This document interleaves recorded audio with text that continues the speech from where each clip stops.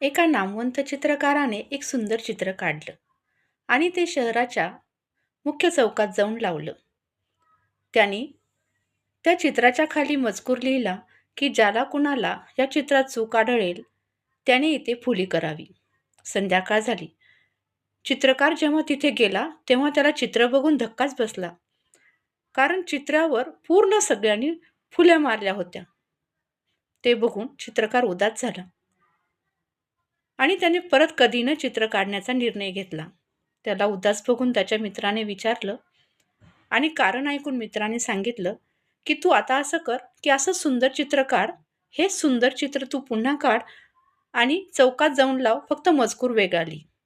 चित्रकाराने तसेच केले.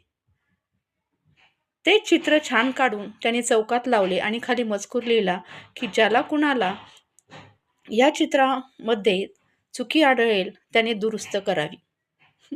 आणि गंमत मित्रांनो, जेव्हा संध्याकाळी चित्रकार तिथे गेला तेव्हा ते चित्र तसेच सुंदर आणि कोरे होते. तात्पर्य काय? या कथेची शिकवण काय की जगात चुका काढणारे हजारो मिळतील, पण त्या चुका दुरुस्त करणारा एखादाच माणूस सापडेल.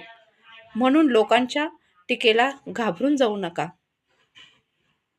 आणि टीकेला घाबरून स्वतःचे काम थांबवू नका.